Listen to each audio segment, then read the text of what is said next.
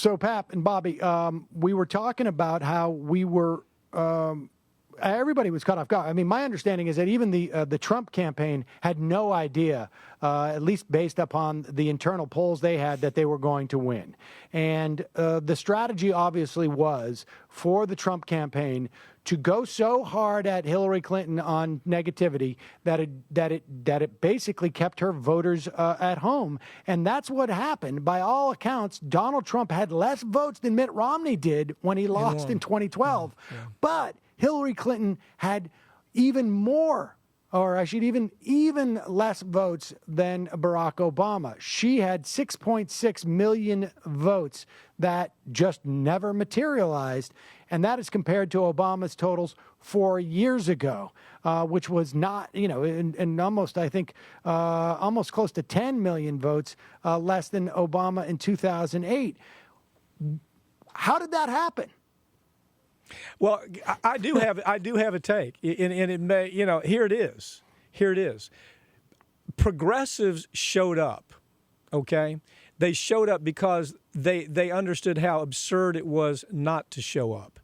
But I'm wondering whether or not they went down a ballot. When you look at these initiatives, these are very progressive initiatives we're talking about, ballot initiatives. Marijuana, right to die, gun control, minimum wage, all of these progressive issues that passed is far from Republican issues, okay? But they passed. So it almost leads you to believe, did they go to the polls, walk in, and leave the first top of the ballot empty? You almost have to wonder that, because Jill Stein didn't pick up. She didn't even register. Gary Johnson barely registered. So, Sam, as you're pointing out, where the hell did they go? And so one of the things that people should look at, and one of the first calls that I made when I got off the plane last night and saw where things were going, was to Greg Palast, who's done a series now of exposés on the impact of the disposal of the Voting Rights Act on this election. And he had just come from Dayton, and he said that the vote in Dayton was essentially lily white because so many blacks were turned away from the polls. He said the same thing was happening in North Carolina, that there were massive purges of black voters in those states, and people were handed provisional ballots, which of course are never counted, and were not counted last night. They're never counted. So they give them the provisional ballots to get them to leave the polling place, but they had disenfranchised many pollers, and that's something that the Democrats ought to be.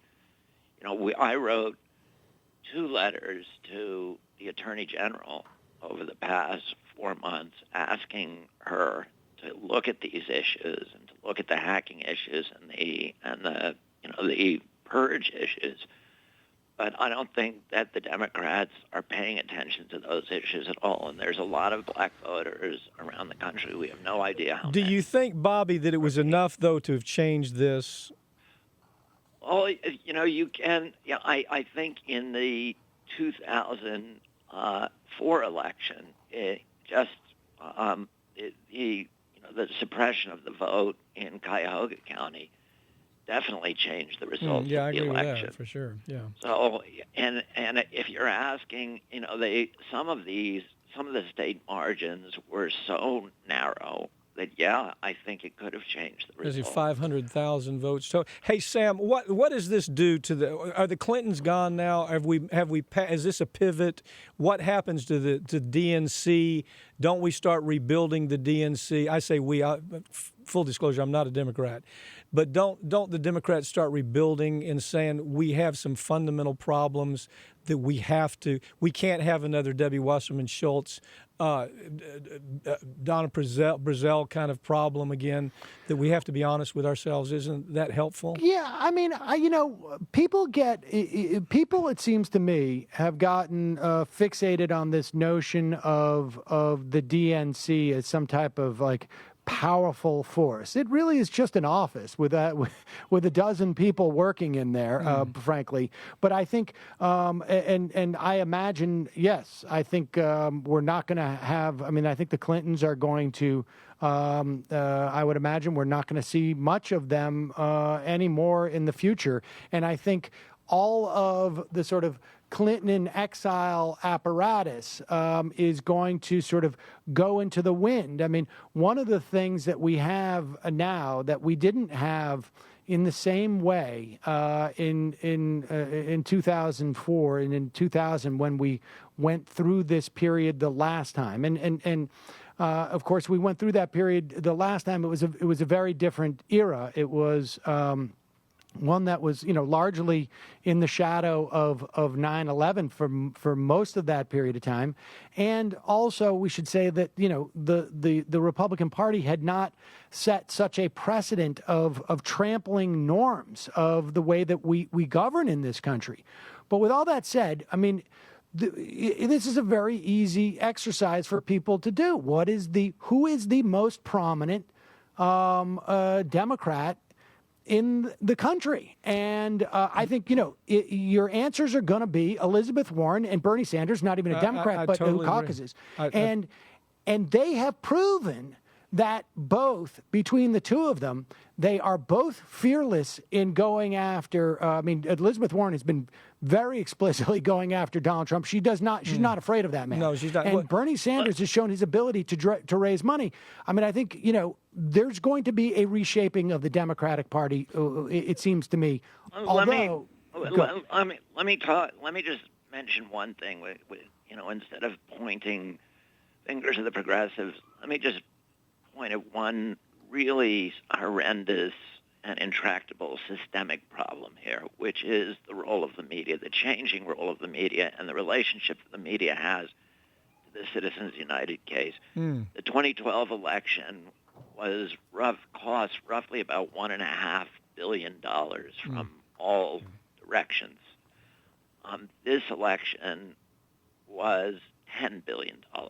Oh, God. So there's about an $8.5 billion extra that was brought into this election by the Citizens United case. Where did that money end up? The money, 90% of that money ended up with the media because it's spent on advertising buys. And that's why you don't see any complaints about Citizens United in the mainstream media. Yes. Because they are making a killing. And look what Trump did.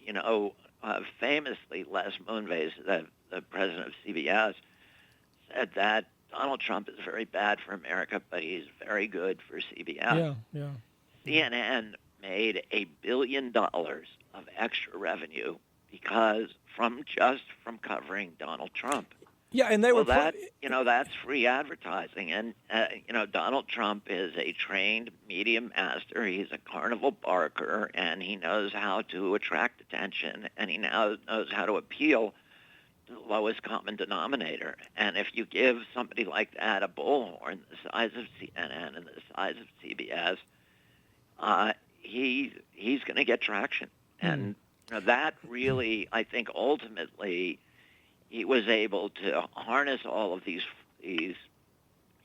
discontents that are having and alienation that are happening in our country in such a divisive and negative way